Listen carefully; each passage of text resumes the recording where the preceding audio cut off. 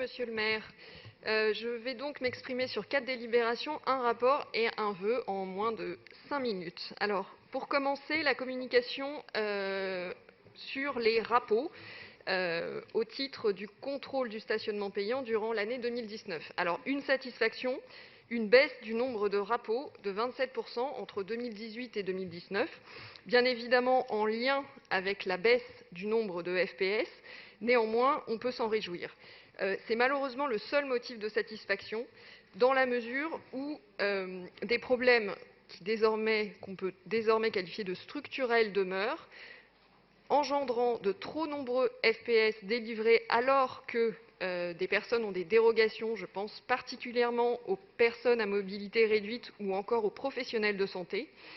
Et puis je regrette toujours que la complexité du dispositif fasse qu'un certain nombre de nos concitoyens renoncent à saisir les autorités compétentes compte tenu de la complexité du dispositif.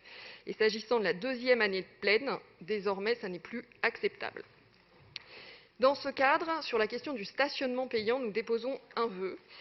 Contrairement au premier confinement, où le stationnement en surface était gratuit, cette fois-ci, lors du deuxième confinement, il est payant, y compris pour les résidents, y compris pour les commerçants. Or, il nous semble que c'est une mauvaise décision, tant d'un point de vue écologique qu'en termes de justice sociale et sanitaire. En effet, dès lors que le stationnement demeure payant, naturellement, tous les résidents ne sont pas forcément incités à recourir au télétravail alors qu'ils le pourraient, tout simplement en raison du coût que représente le stationnement pour eux. Donc, en rendant gratuit le stationnement pour les Parisiens qui possèdent une voiture, cela les inciterait à privilégier le télétravail et, au contraire, les faire payer peut les inciter à se rendre à leur travail. Donc, par notre vœu, nous demandons donc la gratuité du stationnement dans cette période de confinement pour les résidents et pour les commerçants. Troisième sujet, la question du maillage des bornes de recharge électrique. Delphine Burkli en a parlé. On le sait, Paris est extrêmement en retard au niveau du déploiement du réseau de recharge de bornes électriques. Pour mémoire, on peut compter sur le réseau Bélib, 90 stations, les 220 stations anciennement Autolib qui ont été redesignées pour ce faire, et puis 255 points de charge dans les parkings concédés de la ville, soit au total 1674 points de recharge, ce qui est bien trop peu, et bien trop peu par rapport aux besoins, y compris les besoins estimés à horizon 2030, où on estime que plus de 6000 points de recharge seront nécessaires pour faire face à la mobilité électrique à Paris. Je rappelle que Autolib, c'était 3244 bornes de recharge électrique. Alors quel gâchis!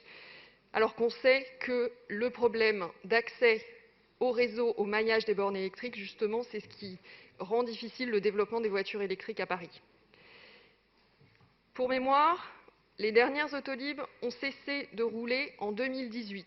Il faudra donc plus de 3 années pour voir le réseau revenir à un niveau presque équivalent.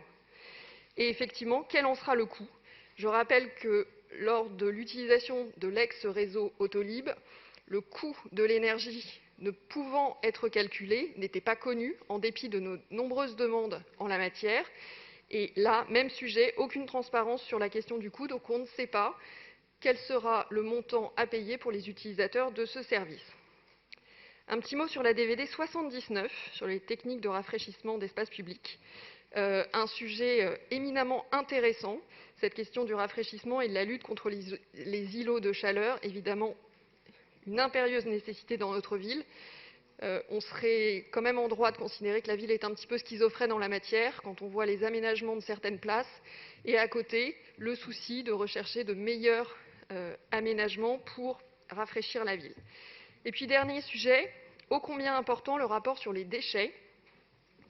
Un enseignement, malheureusement, les Parisiens continuent à produire davantage de déchets que les Français. On est quand même à près de 100 kg de plus qu'un citoyen français.